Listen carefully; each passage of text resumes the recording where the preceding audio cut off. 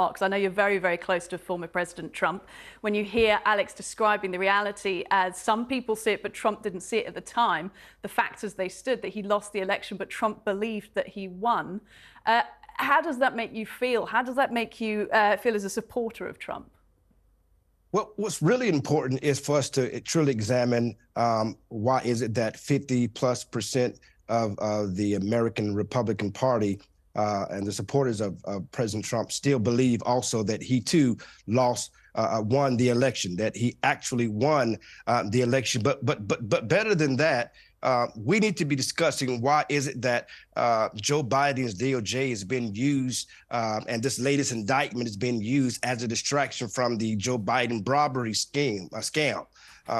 That's what's really should be the topic. President Trump isn't guilty of the January 6th that he's been falsely accused of. I was there. I was a speaker. I was there on the ground. He's clearly not guilty. But yet this is the weaponization of the Department of Justice led by Joe Biden and his cronies to attack the leading candidate for the Republican nomination. And according to the latest poll, if the elections were held today, a head-on match between Joe Biden, that President Trump would come out ahead.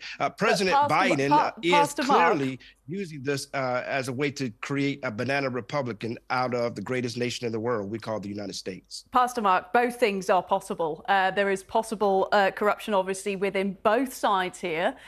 Both sides can be tried. It is Trump that has received the third indictment. And you talked there about the weaponization of the justice system. We were just hearing from Alan Dershowitz that he believes it's been weaponized on both sides. I will come back to you, but I want to cross over to David K. Johnston on this idea then, this weaponization. Do you think that it's pure whataboutism to say that this is a sort of a construct to distract away from Biden issues? Oh, that's exactly what's going on here. First of all, under the law, you can't turn a deaf ear just as you can't turn a blind eye. And when the Attorney General of the United States, appointed by Donald Trump, when the White House counsel appointed by Donald Trump, and a whole lot of other people appointed by Donald Trump tell him you lost the election, if he wants to engage in a fantasy belief, that's not a defense in a criminal case. The law about that is eminently clear. And all of the testimony that's going to be damaging to Donald Trump is going to come from Republicans who he either appointed or brought in to give him advice.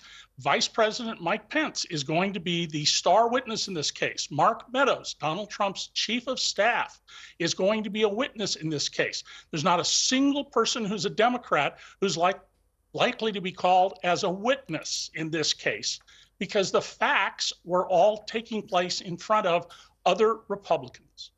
Does this, I'll come back to you, Alex, hearing this, it feels like what we're going to be seeing argued about in court is almost the basis of what constitutes reality.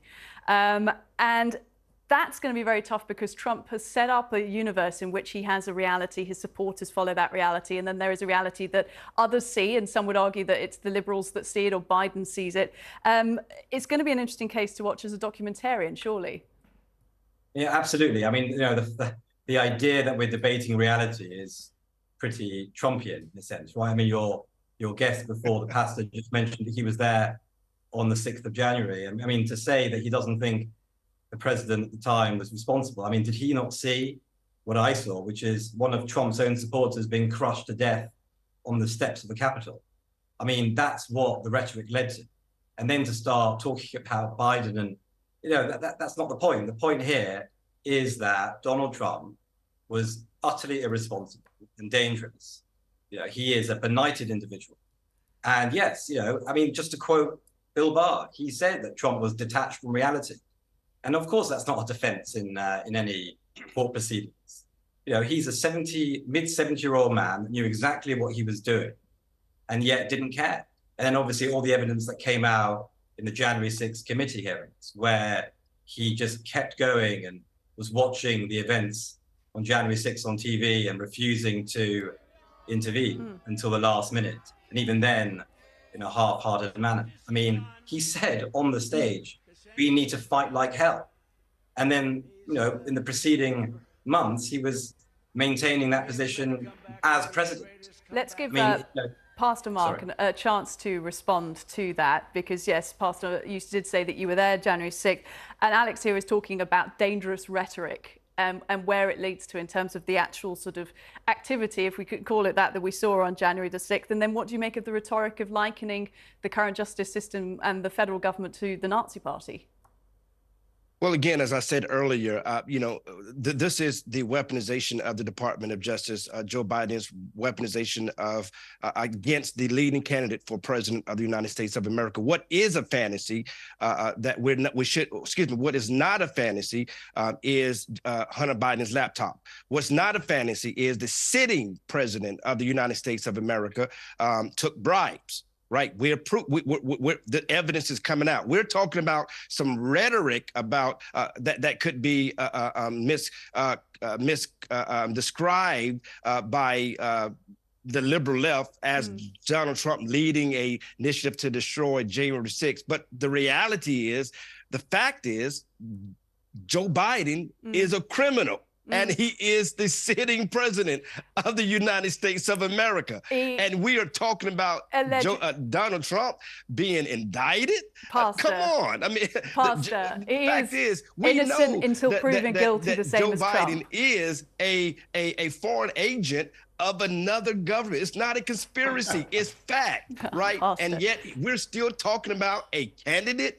The timing of it is ridiculous. The fact that this indictment is coming out as soon as we getting close to the truth about Joe Biden, but yet people were going to sleep on the fact that Joe Biden's DOJ is leading this investigation. Come on now. We've given you the platform aren't fooled by this. to put across that point of view and to get it out there. And those are allegations, and innocent until proven guilty on all sides in this at the moment.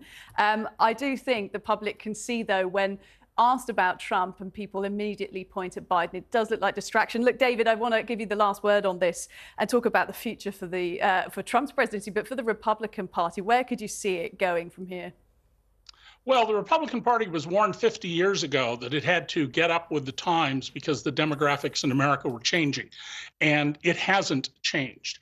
Unfortunately, the Republicans, who used to call themselves the party of law and order, want to defund the FBI.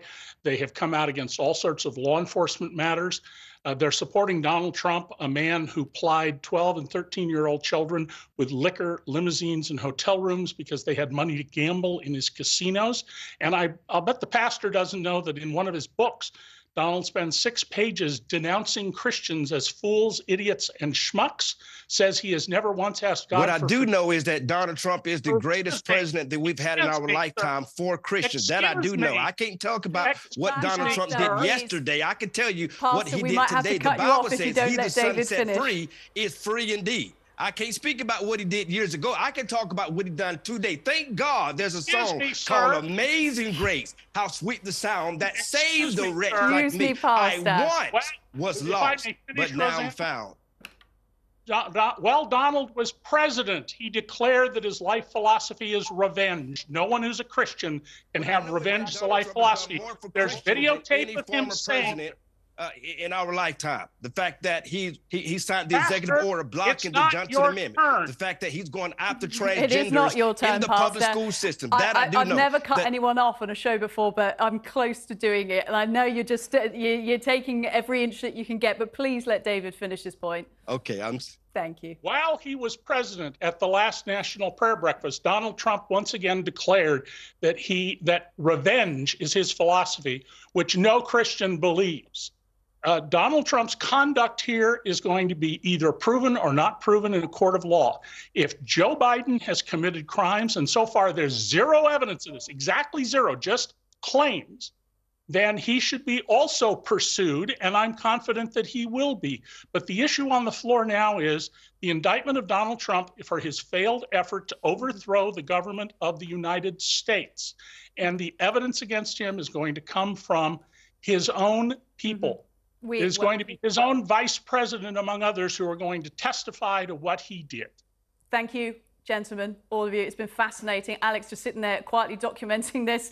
We do appreciate your insight as well, and Pastor as well as David. Thanks so much.